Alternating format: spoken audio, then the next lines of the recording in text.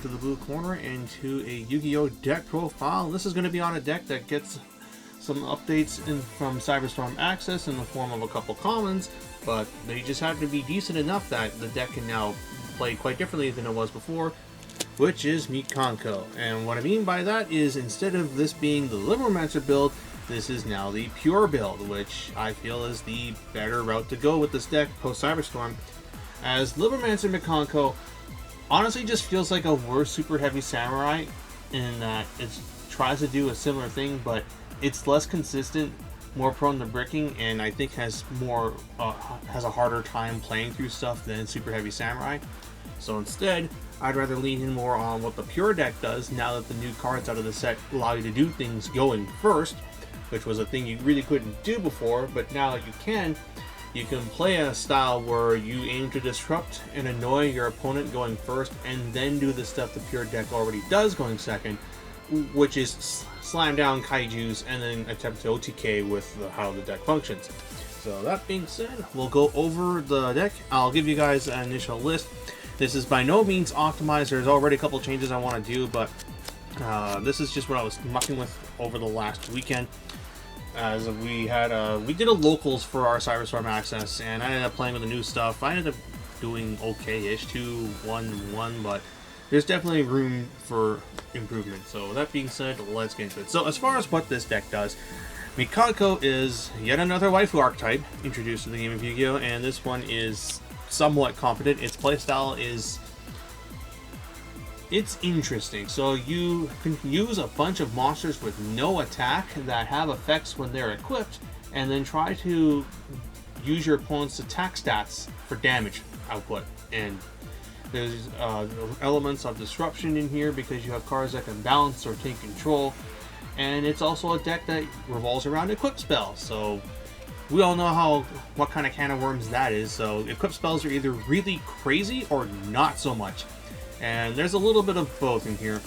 Yeah, that's all I really can really say. And because it's a figure boss monster is a level 6 ritual monster, you can search it out with preparation of rites, so your 3 copies of Ohime are actually 6. Plus, you've also got Diviner, because like equips, rituals are also a wonky mechanic where you either have really busted shit like Necros back in the day, or the Drytrod engine, or the not so much, like Megaliths, or the upcoming Nouvelle. But in this case, Ohime herself is actually quite strong, and she has a place in some decks that like to have a level 6 body that can also steal an opponent's monster, because at the very minimum that's what this engine does. So, and that's because of her effect. So once per turn while she's in your hand, you can reveal her to search a Mikanko card, then you accept herself, then you discard for effect, which is relevant to some decks like that, like there are cards being sent to graveyard by card effects, Dark Worlds, Dangers, which are regardless, but things like that, Despia monsters, and Tier Elements, that's what I'm thinking of. Then, while she's on the board, she can't be killed in battle, and your opponent takes any damage you would take from that battle instead. Lastly, as a once per turn, you can, as a quick effect, you can target an equipped spell in the graveyard and equip it to an appropriate monster on the field. The way this works is that upon resolution, you equip the spell, so this actually bypasses monsters that cannot be targeted by your card effects. It actually does come up every now and then, like things like Diabolos or Cosmos or other random jank that has like that this cannot be targeted by card effects. Ohime can bypass, which is very relevant because this archetype does have a snatch deal. And yeah, that's all I really gotta say. Like, Ohime is very good. You know, I would not be surprised if she ends up being played in some kind of pile deck, much like how Illusion of Chaos was, because much like it, she's just a card that can put itself on the board and steal a thing while also being a level 6 body. So that stat line is obviously nice to have when you have the ability to summon it.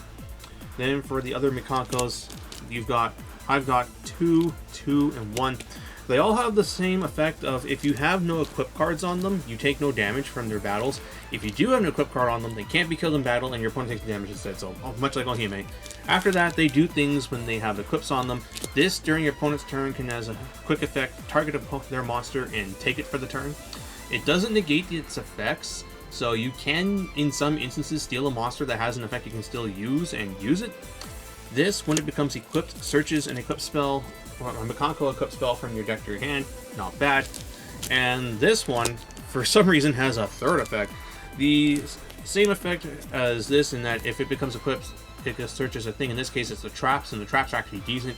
But furthermore, if you control an equip card at all, your Mikanko cards cannot be targeted, which is actually really good, as they already can't be killed in battle, and most of the equips can't let them prevent them from being killed by card effects. So now you have cards that can't be killed and can't be targeted.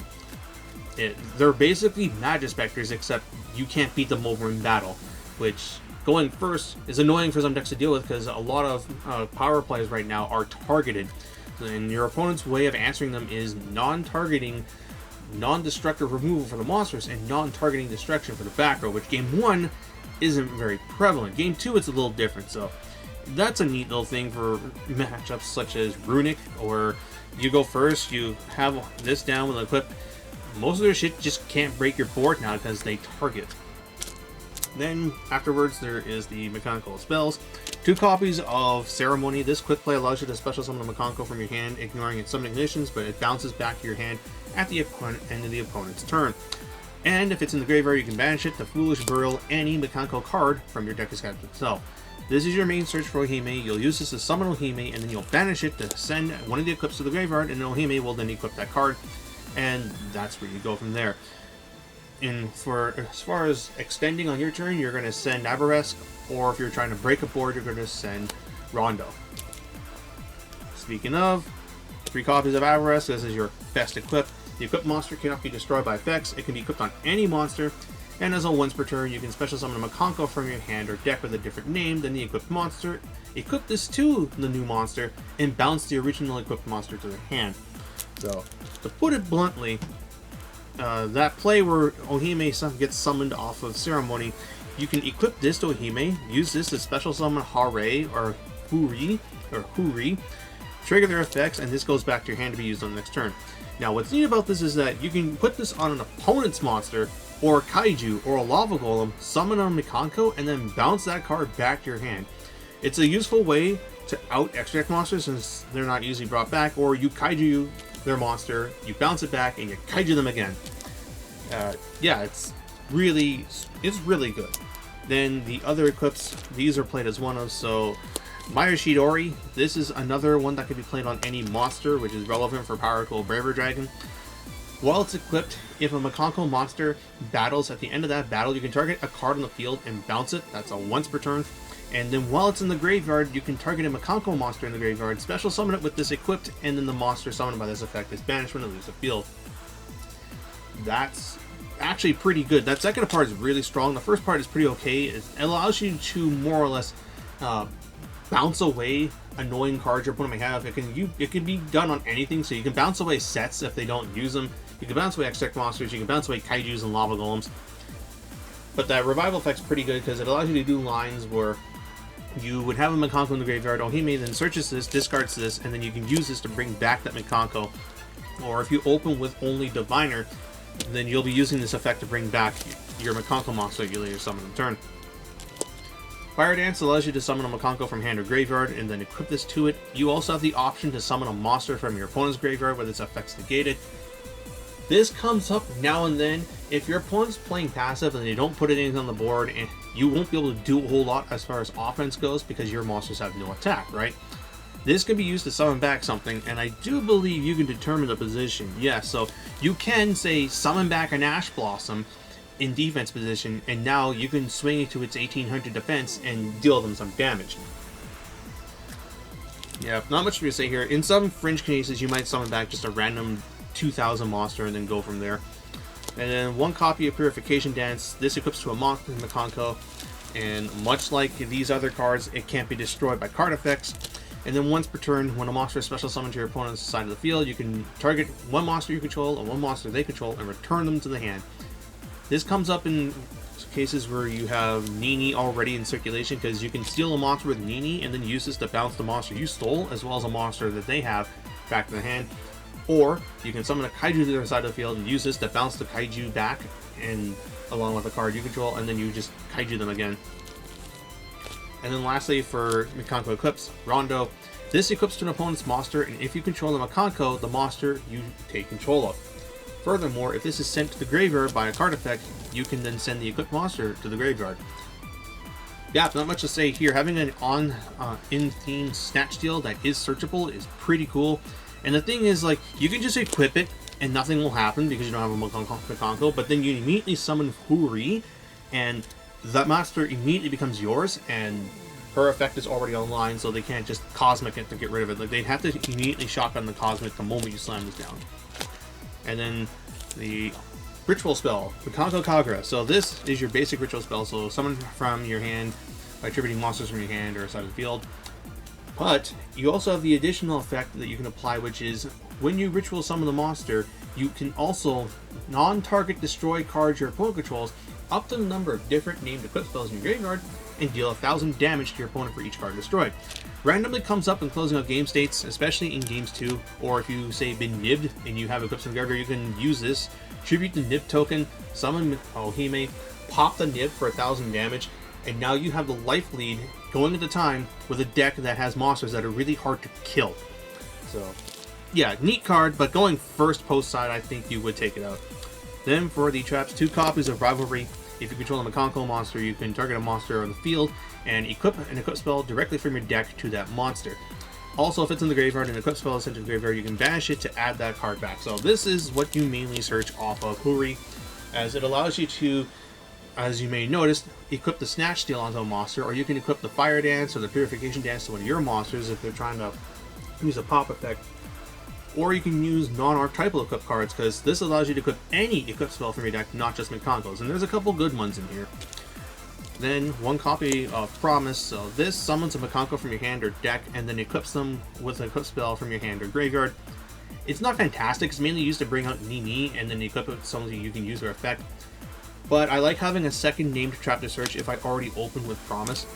In Duelist Nexus, though, we do get a better trap that just allows you to equip a monster on the field to your Mikanko, and I do believe you'll cut this for that. And then rounding it out as far as like engine goes, but non-archetypal, Axe of Fools, because it is basically a Forbidden Chalice in this deck. Ohime or Rivalry can just equip a monster with this to negate its effects on the chain. And then Double-Edged Sword, because there are cases where this can just win you the game. The neat thing about how this deck works with Double-Edged Sword is that Mikanko's effects stack with this. So if you have a monster, if you equip this to an opponent's monster and you swing Ohime into that monster, they'll take the damage twice. The damage they would take from the battle normally, as well as the damage you would take as a result of Double-Edged Sword technique. So to put it bluntly, any monster with 2,000 attack or more equipped with Double-Edged Sword technique immediately is game with a Mikanko, because you'll swing, they'll take 4,000 battle damage from normal, and then they'll take an extra 4,000 from the damage you take in that fight. It leads to some hilarious game shots, and if you're playing Power Tool, Bravery Dragon, and Diviner, this is a card that can come up. It can be a bit win-more, and I don't see it really being great for going... Well, I'd say it's not that great for going second, but like Ohime plus Double-Edged Sword is literally an OTK. Also, because of how this card works, if you equip it to a Mikanko monster, they'll be at 2,000 attack, but your opponent will still take all the damage. So you swing, they take 2,000, then they take the extra 2,000 off a Double-Edged Sword. So it does have applications where if your opponent has no board, but you still have this in circulation, you can kill them in 2 turns. And that is it for Engine. As far as non-Engine goes, I was playing Extravagance, figuring, the extra 2 draws are nice, but no, this is not very good in here.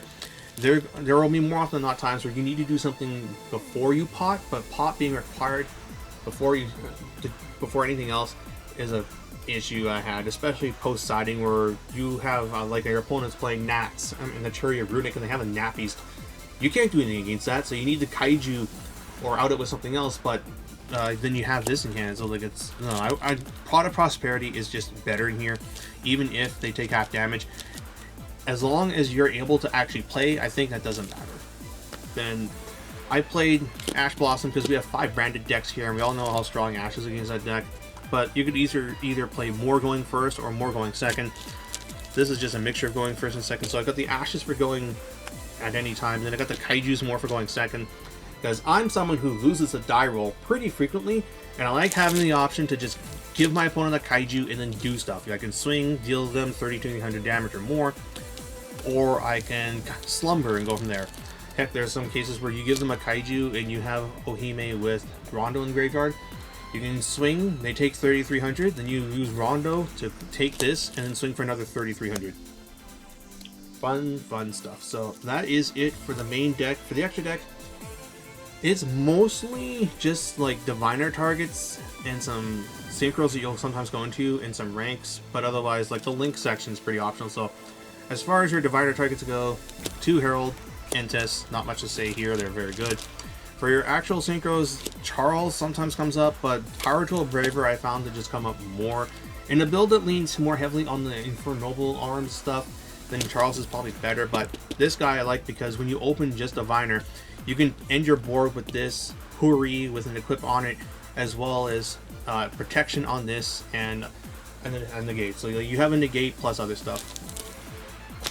Then for the ranks, so because you steal monsters pretty often, Sheridan can take one of those monsters, treat it as a 6, and then you use that and Ohime to make this, which then acts as a means to get the Zeus. Then for the links, the only ones I really do think you need are Lingaribo to out Ibli, I guess. I'll link to Phoenix, Cerberus. I like Donner just to pop some monsters. You can take their monster, make this, and then you can pop another card with Donner. IP, no, I honestly don't. This almost never comes off. I can probably cut this. This for when I steal a link 2 and I can climb to a link 3. Likewise, if I can steal link 3 and climb to a 4, there's access code to randomly OTK. And Appaloosa, this is not needed. Goddess can be cut unless you don't play kaijus and you instead play floodgate stuff like Summon Limit, or there can only be one, then yeah, Goddess probably comes up.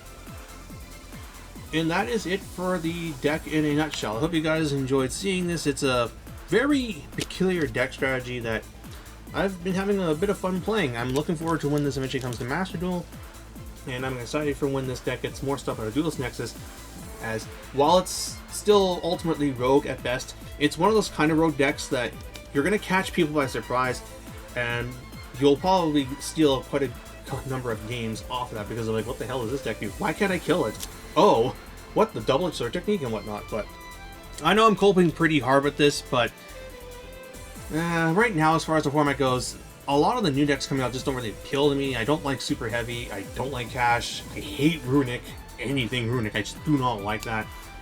And I could play Branded or Sprite, but it'll depend on what the ban list does too. But this deck is at least safe from it, and it will get better in time. That being said, I hope you guys enjoyed this, and until next time, this is BlueStar899, jacking out.